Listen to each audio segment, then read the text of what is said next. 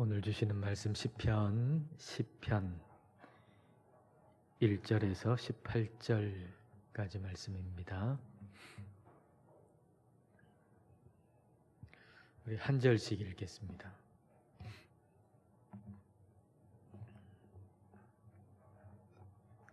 여호와여, 어찌하여 멀리 서시며 어찌하여 환난 때에 숨으시나이까.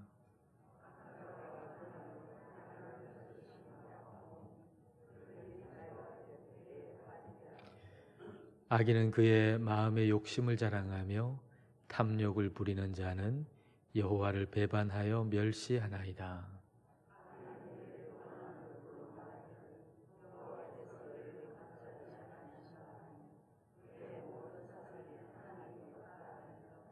그의 길은 언제든지 견고하고 주의 심판은 높아서 그에게 미치지 못하오니 그는 그의 모든 대적들을 멸시하며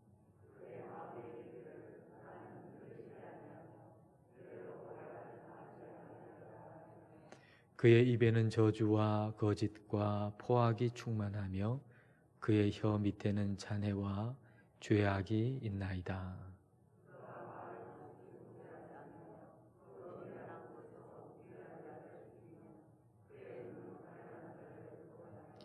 사자가 자기의 굴에 엎드림같이 그가 은밀한 곳에 엎드려 가련한 자를 잡으려고 기다리며 자기 그물을 끌어당겨 가련한 자를 잡나이다.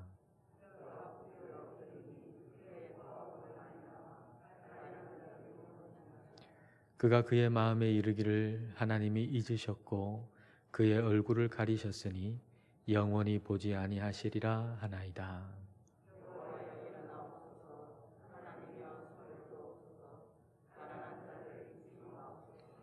어찌하여 악인이 하나님을 멸시하여 그의 마음에 이르기를 주는 감찰하지 아니하리라 하나이까.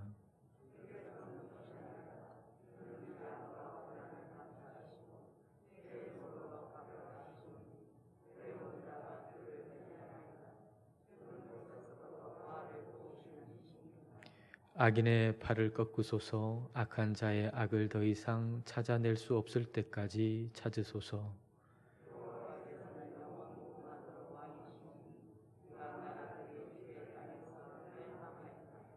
여호와여, 주는 겸손한 자의 소원을 들으셨사오니 그들의 마음을 준비하시며 귀를 기울여 들으시고 과와 압제당하는 자를 위하여 심판하사 세상에 속한 자가 다시는 위협하지 못하게 하시리이다.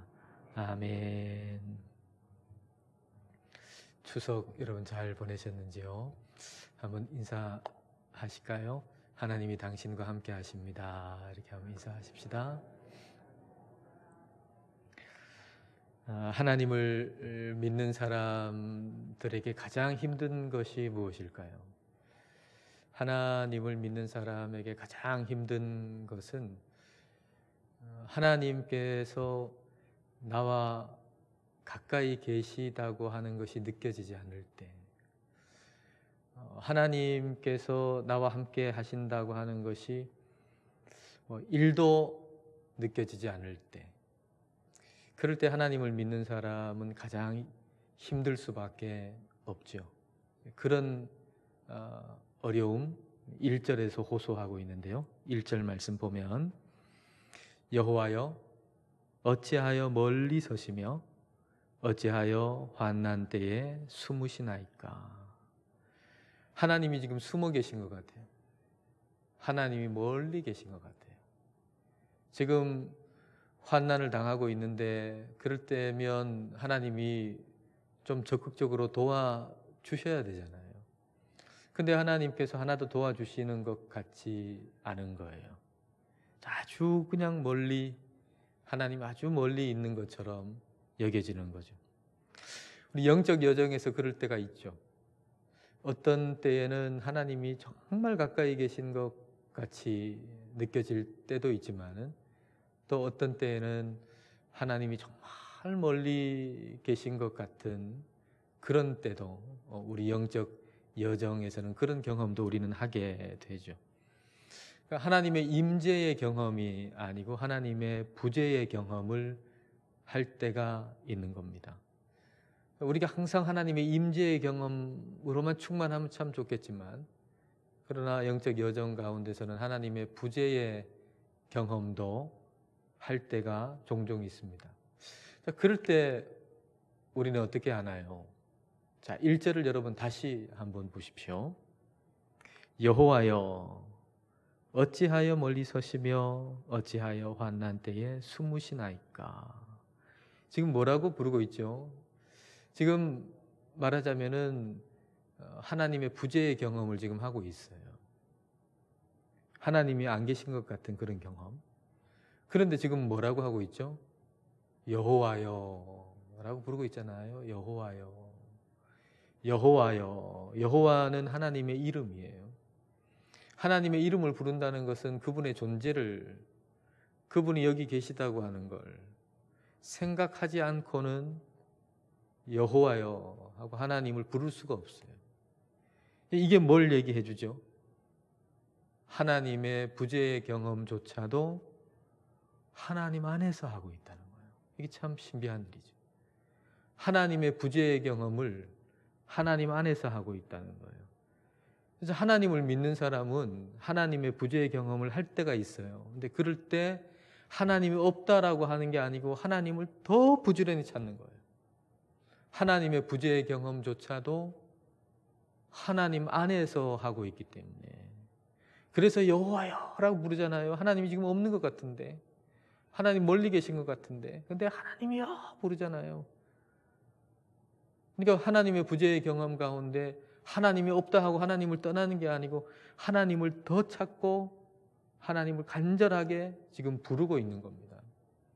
우리가 하나님의 임재의 경험으로 충만할 때는 그런 경험 속에서 흔들린 사람은 없죠. 하나님의 임재로 그 경험으로 충만하고 있는데 뭐 신앙이 흔들리겠어요. 굳건하죠. 근데 하나님의 부재의 경험을 할 때는 흔들릴 수가 있어요. 그런데 우리의 신앙의 여정에는 반드시 이 과정이 있을 수밖에 없어요. 우리가 신앙생활을 해나가는데 처음부터 끝까지 하나님의 임재의 그 충만한 경험 속에 처음부터 끝까지 계속 그 경험 속에 살아가는 사람은 없어요. 하나님의 부재의 경험을 반드시 거치게 돼 있어요. 그럴 때 어떻게 하느냐가 중요한 것인데, 그럴 때 우리 하나님의 이름을 불러야 돼요. 하나님의 이름을 부른다고 하는 것은 그분이 여기 계시다고 하는 거, 그분이 존재하고 계신다는 거, 그거 없이는 하나님의 이름을 부를 수 없거든요. 그러니까 하나님의 부재의 경험 속에서 하나님을 찾는 거예요. 그리고 하나님께 토로하는 거죠. 하나님이 지금 저에게는 너무 멀리 있는 것 같아서 너무 괴롭습니다 라고.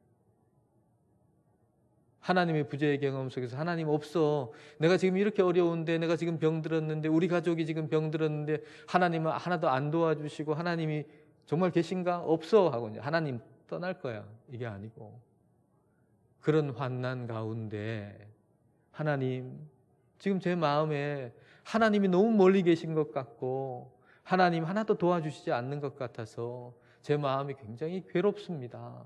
힘듭니다. 라고 내 마음을 하나님께 토로하는 거예요. 하나님의 부재의 경험으로 인한 괴로움을 하나님께 토로하는 거죠. 그러니까 믿음의 사람은 하나님의 부재의 경험조차도 하나님 안에서 한다는 거예요. 이게 하나님의 사람의, 믿음의 사람의 놀라운 특징이죠.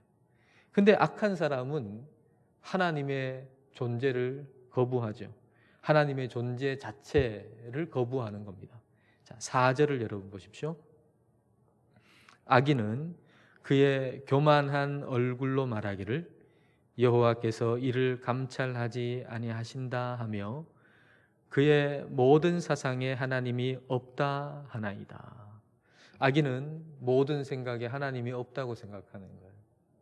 하나님을 염두에 두지 않는 거예요. 뭘 생각해도, 뭘 계획해도, 뭘 해도 하나님을 염두에 두지 않고 살아가는 사람이 악한 사람이죠. 근데 하나님이 없다고 하는 것이 참 위험한데, 그 이유는 하나님이 없다 그러면은 텅 빈 공간으로 남아 있는 게 아니고 우리의 생각과 마음이 다른 것으로 채워지기 때문이에요. 우리의 생각과 마음은 그냥 텅 빈 자체로 있을 수가 없어요. 하나님이 채워져 있지 아니하면 다른 것으로, 다시 말하면 하나님을 대적하는 것으로 채워질 수밖에 없는 거죠. 하나님으로 채워져 있지 않다면 하나님을 대적하는 것으로 채워질 수밖에 없는 겁니다. 그래서 우리의 마음을 하나님이 차지하고 계셔야 돼요. 하나님이 선이잖아요. 그러니까 하나님이 우리 마음을 차지하고 있으면 하나님이 원하시는 그 선한 일이 이루어지기를 갈망하는 마음, 그 마음의 갈망이 우리 안에 채워지게 됩니다. 여러분, 우리가 가지고 있는 선한 것이 이루어지기를 원하는 열망하고 악한 자가 악한 것이 이루어지기를 원하는 열망, 뭐가 더 크다고 생각하세요? 우리가 선한 것이 이루어지기를 원하는 열망, 악한 자가 악한 것이 이루어지기를 원하는 열망, 뭐가 더 클까요? 뭐가 더 커야 될까요? 3절을 여러분 보십시오. 3절에 악인은 그의 마음의 욕심을 자랑하며, 악인은 그의 마음의 욕심을 자랑한다 그랬어요. 근데 이 욕심이라고 번역된 단어가 타바라고 하는 단어인데 간절히 원하는 거예요. 간절히 원하는 거예요. 그러니까 간절히 원하는 것을 자랑한다. 간절히 원하는 걸 자랑한다. 이 말은 악한 사람은 자기가 간절히 원하는 악한 것이 이루어지기를 진짜로 갈망한다는 거예요. 그러니까 악한 것이 이루어지기를 원하는 것의 진심인 거예요.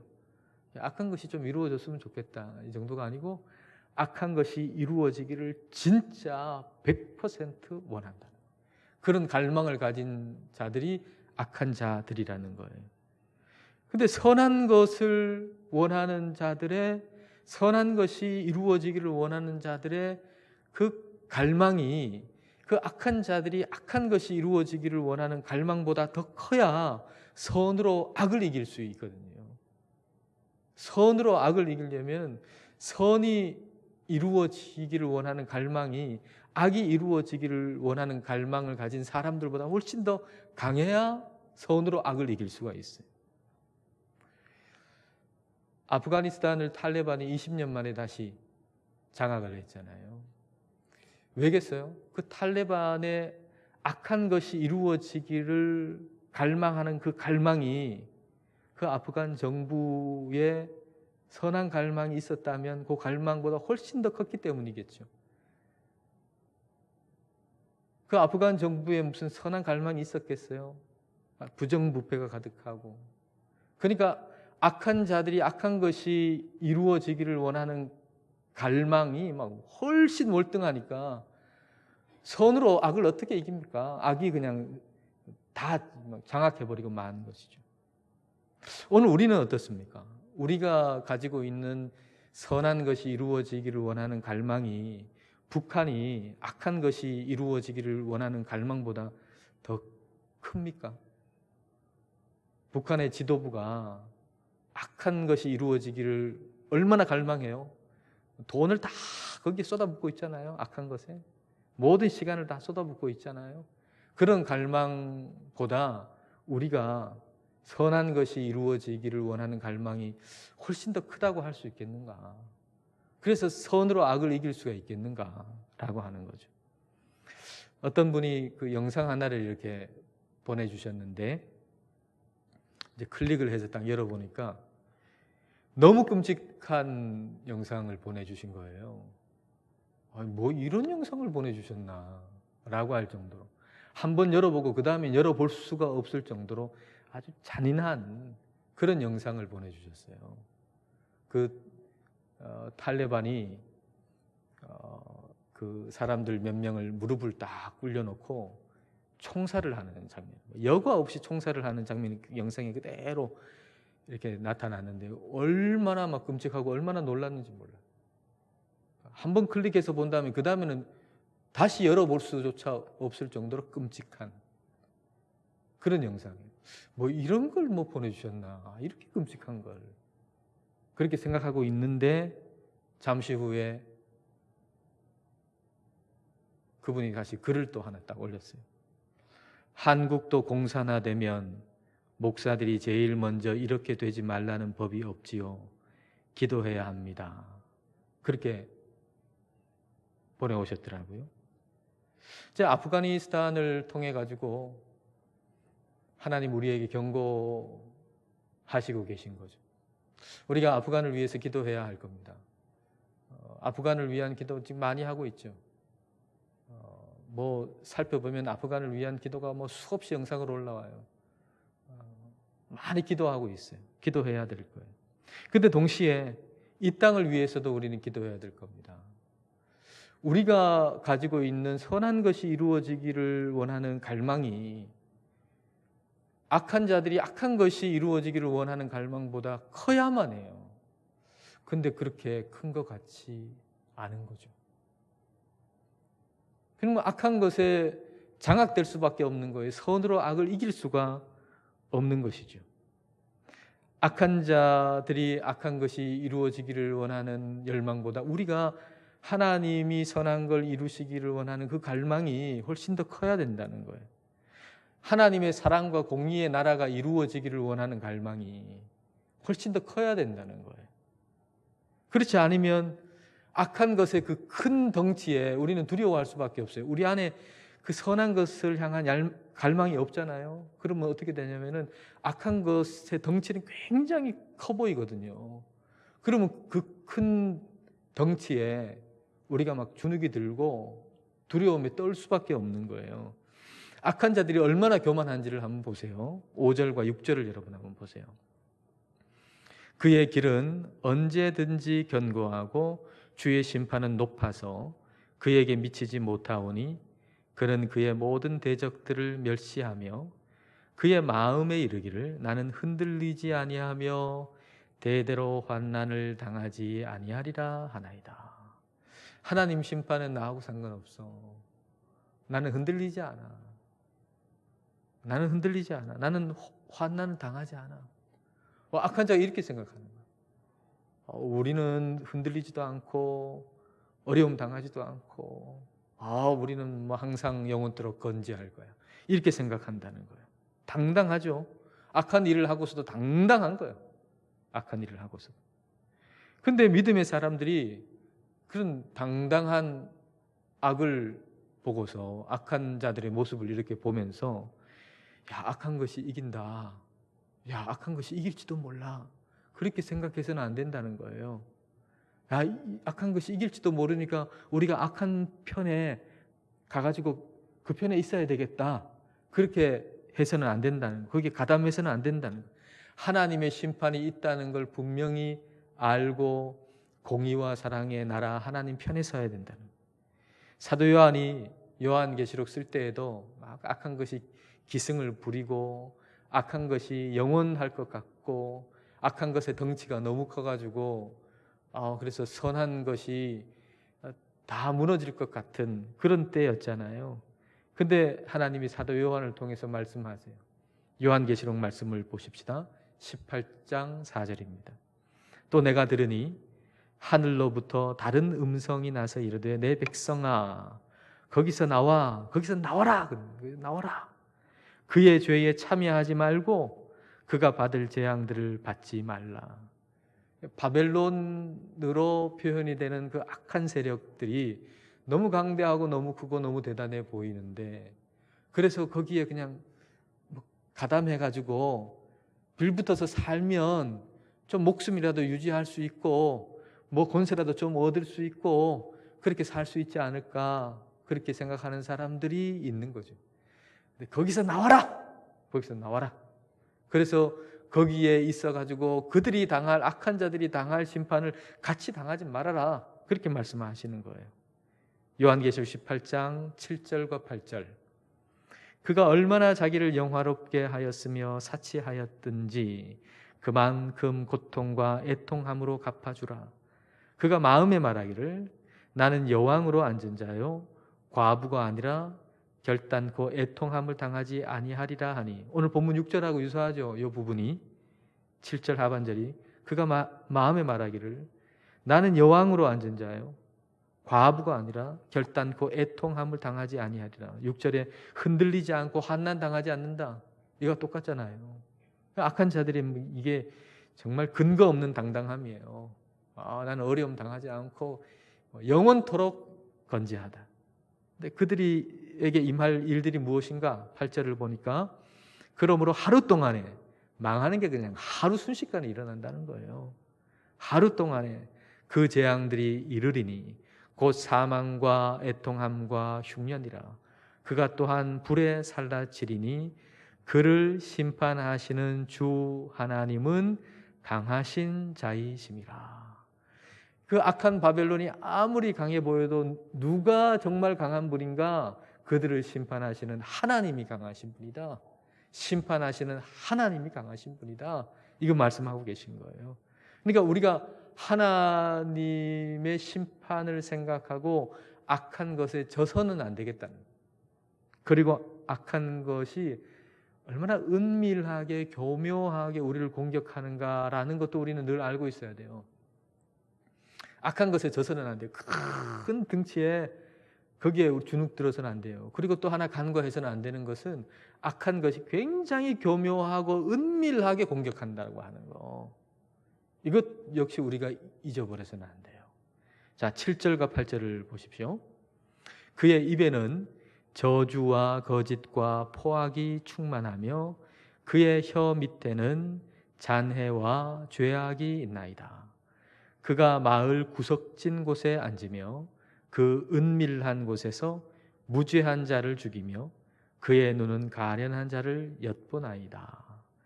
입이 악하잖아요. 근데 혀 밑에 잔해와 잔인한 거 그리고 해롭게 하는 거 혀 밑에 있어요. 그리고 죄악이 있어요. 혀 밑에 있다는 게 뭐겠어요? 숨겨져 있다는 거죠. 그리고 그 악한 것을 그 맛을 즐긴다는 거죠. 악한 자는 악한 것의 맛을 즐기는 거예요. 숨겨져 있어요. 구석진 곳, 은밀한 곳. 구석진 곳에서 은밀한 곳에서 악한 일을 하는 거예요. 아주 숨겨져 있는 거죠. 오늘날에도 보면은 악한 것이 교묘하게 숨어가지고 악한 일을 하는 거예요. 때로는 법을 통해서, 문화를 통해서. 사람들이 모르는 거예요. 이거는 그냥 이 시대의 문화지라고 하는데 그 문화를 통해 가지고 악한 것이 침투하는 거예요. 이거는 그냥 한 나라의 법이지. 근데 그 법을 통해 가지고 악한 것이 또 그 나라에 침투하는 거예요. 참 교묘한 일이죠. 법에 숨어가지고 문화에 숨어가지고 악한 것이 악한 걸 하는 거예요. 1969년에 ASC라고 하는 American Security Council이라고 하는 단체의 현장 책임자가 작성한 것으로 보이는 비밀혁명이라고 하는 제목의 문서가 있는데 이 문서에는 무기 없이 전쟁 안 하고 무기 사용 안 하고 이룰 수가 있는 무신론 공산주의의 목표가 적혀져 있어요. 하나도 안 싸우고 무신론 공산주의를 만들 수 있다는 거예요. 그 목표가 다 적혀 있는 거예요. 근데 그걸 읽어보면은 1960년대 이후에 일어난 일들을 그대로 예언한 것 같은 그런 내용들이 있어요. 그 내용 중에 몇 가지가 이래요. 책, 잡지, 영화, 라디오, 텔레비전에서 포르노와 외설을 권장함으로써 도덕적 기준을 무너뜨리라. 무신론 공산주의의 목표를 총칼 없이 이룰 수 있는 그런 목표. 책, 잡지, 영화, 라디오, 텔레비전에서 포르노 외설 권장함으로 도덕적인 기준을 무너뜨리라. 도덕적인 기준을 무너뜨리면 무신론 공산주의화가 될 수 있다는 거예요. 쉽게. 외설을 통제하는 모든 법을 검열과 말과 언론의 자유에 대한 억압으로 부름으로써 폐지시키라. 지금 되고 있는 일 아니에요. 이게 사실 되어졌고 막 그런 거 외설인데도 뭐 못하게 하면은 이거 억압이다. 자유에 대한 억압이다. 뭐 이러잖아요. 가족을 하나의 제도 정도로 격화시키라. 난잡한 성행위와 쉬운 이혼을 권장하라. 지금 그렇게 되고 있잖아요. 라디오와 텔레비전, 영화에서 주요 지위들을 통제하라. 여기 주요 지위가 뭔지는 안 적혀 있더라고요. 주요 지위를 통제하라. 이게 뭘까? 주요 지위가. 쭉 얘기하는 것이 다 이 성적 타락에 대한 얘기인데, 성적으로 타락시키면 결국은 무신론이 들어올 수밖에 없는데, 이 성적 타락을 하지 못하도록 이게 잘못됐다고 얘기하는 사람 아니겠어요? 주요 지위라고 하는 거. 다시 말하면은 그런 것들을 반대하는 지도자들이겠죠. 교회 지도자들일 수가 있겠죠. 그런 사람들을 라디오, 텔레비전, 영화에서 통제하라. 지금 그렇잖아요. 라디오, 텔레비전, 영화 같은 데서 다 교회에 대해서, 교회 지도자들에 대해서 아주 좋지 않은 시선으로 그냥 통제하잖아요. 동성애와 성적 도착, 난잡한 성행위를 정상적이고 자연스럽고 건전한 것으로 선전하라. 지금 상당 부분 우리한테 이루어진 거 아니에요? 또 그렇게 돼가고 있고, 서구 사회도 다 그렇고. 근데 서구의 여러 나라들을 보면은 그리스도인으로서 믿음으로 사는 거 자유 있어요. 뭐 믿음으로 신앙생활하는 거 통제하는 데는 없어요. 신앙으로, 믿음으로, 그리스도인으로 자유롭게 살 수 있어요. 근데 문제는 뭐냐면 많은 국가에서 그 법으로 인해 가지고 그리스도인들이 신앙에는 제한을 받지 않는데 공적 영역에서 그리스도인들의 행동을 하는 데는 제한을 받는다는 거예요. 이게 중요한 일이죠. 개인적으로 신앙을 가지는 것은 전혀 제한을 안 받아요. 근데 공적인 영역에서 내가 그리스도인으로 행동하는 건 제약을 받는다는 거예요. 법으로 인해서. 지금 우리도 지금 그러려고 하는 거 아닙니까? 그러니까 우리가 그냥 신앙생활 하는 거는 문제 없어요. 내가 그냥 조용하게 신앙생활 교회 와서 예배드리고 혼자 기도하고 묵상하고 성경 읽고 문제 없어요. 근데 내가 공적인 영역에서 행동하는 그리스도인으로 하나님이 말씀하신 그 말씀대로 살고 행동하려고 할 때는 그게 제약이 생긴다는 거예요. 우리가 그렇게 되지 않도록 기도해야 되고 행동해야 된다는 거죠. 행동해야 할 때 행동하지 않으면 행동하고 싶어도 행동할 수 없는 때가 오는 거예요. 지금은 행동할 수 있잖아요. 근데 우리가 행동하지 않잖아요. 근데 우리가 행동할 수 있는데도 행동하지 않으면 그리스도인으로서 행동할 수 있는 게 얼마나 많아요. 마음껏 전도도 할 수 있고 복음 전할 수 있고 그런데 안전하잖아요. 그러면은 우리가 행동하고 싶을 때에도 행동하고 싶은데 행동할 수 없을 때가 온단 말이에요. 하나님은 행동하시는 하나님이시거든요. 그럼 우리가 그 행동하시는 하나님을 믿는 사람들은 행동하는 신앙인인 거죠. 행동하는 신앙인은 행동하는 하나님을 믿는 거예요. 관념적인 하나님을 믿는 게 아니고 행동하는 하나님. 하나님이 일하신다 이거죠. 그렇잖아요. 우리가 믿는 하나님은 일하시는 하나님이시지 하나님은 그냥 이렇게 이름만 있는 그런 하나님이 아니잖아요. 하나님은 일하시는 하나님이에요. 행동하시는 하나님. 12절을 여러분 보십시오. 여호와여 일어나옵소서. 하나님이여 손을 드옵소서. 가난한 자들을 잊지 마옵소서. 하나님께 행동해 달라는 거잖아요.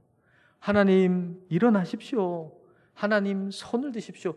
하나님 행동해 달라는 거 아닙니까? 14절을 볼까요? 주께서는 보셨나이다.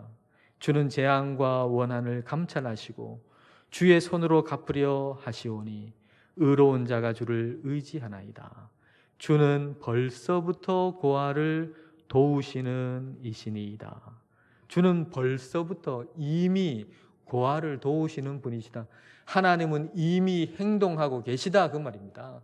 하나님은 이미 행동하고 계시다. 처음에는 하나님이 굉장히 멀리 있는 것처럼 느껴져서 너무 하나님 멀리 있는 것처럼 느껴져서 괴롭습니다. 그랬던 시인이 이제는 하나님이 지금 일하고 계시다고 하는 걸 선포하는 거예요. 하나님이 지금 가만히 넋놓고 계신 게 아니고 하나님 지금 일하고 계시고 행동하고 계시다라고 하는 거예요. 하나님은 여전히 우리의 왕으로서, 이 세상의 왕으로서, 온 세계의 우주의 왕으로서 활동하고 일하고 계시다는 거예요. 16절 보십시오. 여호와께서는 영원 무궁하도록 왕이시니. 하나님은 영원 무궁하도록 왕이세요. 우리 하나님은 우리의 왕이세요. 이 땅의 왕이시고 왕으로서 일하고 계신 거예요. 그러니까 우리는 하나님의 백성으로서 일하고 계신, 행동하고 계신 하나님을 믿기에 우리도 행동하는 신앙인으로 사는 거죠. 예수님께서 내 아버지께서 이 일을 하시니, 내 아버지께서 이제까지 일하시니 나도 일한다 그러셨잖아요. 그러니까 우리 하나님께서 일하시니 나도 일한다. 나도 행동하는 신앙인으로 산다라고 하는 거죠. 우리가 하나님이 이루실 선한 일이 이루어지기를 원하는 갈망이 악한 자가 악한 것이 이루어지기를 원하는 갈망보다 더 커야 해요. 그런 갈망을 가지고서 우리를 통해, 그런 갈망을 가지고 우리가 행동하는 신앙인이 됨으로 말미암아 우리를 통해서 하나님 나라가 이 땅에 이루어지기를 우리는 간절하게 원하고 그렇게 기도하고 살아야 하는 거죠. 그런 갈망하는 마음, 그런 마음으로 이 시간에 우리 함께 찬양하겠습니다.